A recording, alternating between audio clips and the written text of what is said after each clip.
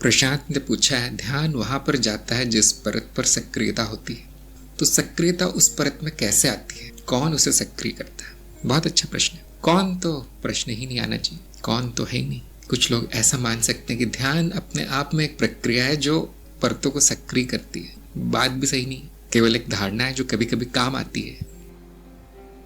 जब गुरु कहता है शिष्य को, बेटा ध्यान यहाँ ले जाओ, वहां ले जाओ, तो शिष्य को एक बात माननी पड़ती कि मैं कर रहा हूँ ये, तो कौन प्रश्न का हल वहां हो जाता है कि आपने तो कहा है कि ले जाओ ध्यान वहां, लेकिन मैं तो हूं नहीं, तो कैसे जाएगा? तो ये उलझन उस समय नहीं आती कि ध्यान को भी प्रक्रिया मान लेने से।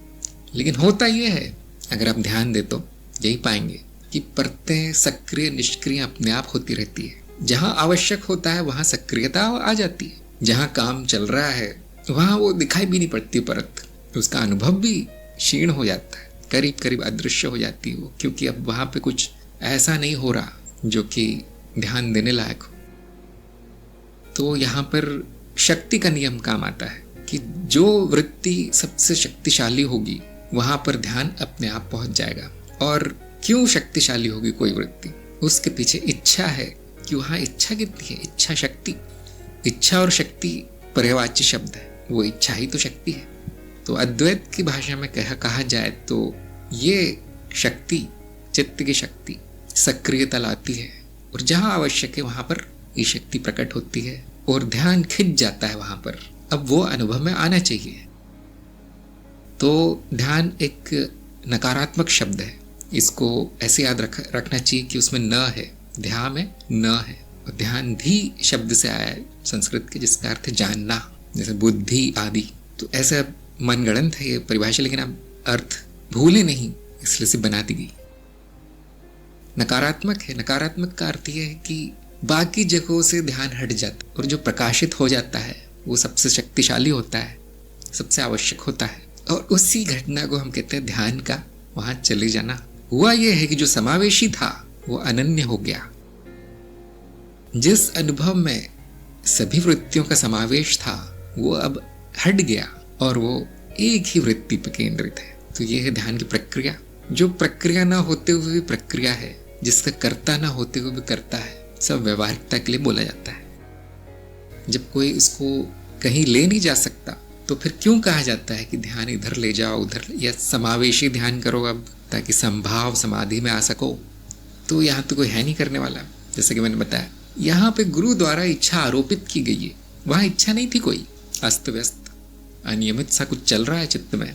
तो गुरु ये देख के करुणावश निर्देश देता है। ये निर्देश गुरु की इच्छा आरोपित की जा रही है उस चित्त पे, और कुछ नहीं। शक्तिपात का एक छोटा रूप है। अब अगर शिष्य में स्वीकार भाव, समर्पण है, गुरु के लिए आदर और प्रेम है, तो वो आरोपित हो जाती है। अगर वो शिष्य पत्थर है तो पत्थर पे तो बीज उगता नहीं है। अगर वो शिष्य उपजाऊ जमीन है तो वो उसको ग्रहण कर लेता है, उस आज्ञा को, उस निर्देश को। और अगर वो गुरु का महत्व है, गुरु की बात का महत्व है उसके लिए, तो वो इच्छा शक्ति पकड़ लेती है, उसमें शक्ति आ जाती है कि मुझे ध्यान यही रखना है, या इस तरह का रखना है, उस तरह का रखना है, यहाँ ध्यान देना है, वहां नहीं। ये एक शक्ति दूसरी शक्ति को नियंत्रित कर रही है। गुरु की शक्ति शिष्य में कार्य कर रही है। देखिए कितना सुंदर है।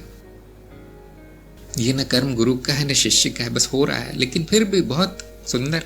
हम उससे उसकी प्रगति होती है, जो भी है जीव, शिष्य, जो भी है मनुष्य, व्यक्ति, वहां प्रगति होती है।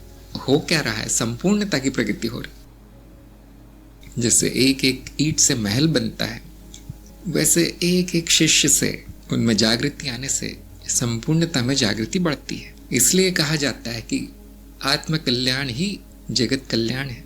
स्वयं से शुरू कीजिए। अगर सभी में जागृति आ गई अपने अपने प्रयास से, तो संपूर्णता में जागृति आ जाएगी।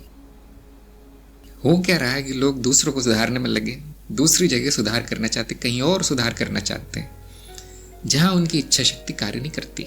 आपकी शक्ति आप ही के चित्त में कार्य करती है, सबसे ज्यादा वहीं पे उसका असर होता है। और यदि ये बात छोटी सी बात है, ये बात सबने जान ली, तो सब अपने अपने ऊपर कार्य करने लगेंगे, और फिर कहीं और सुधार की आवश्यकता नहीं, किसी और को सुधारने की आवश्यकता नहीं।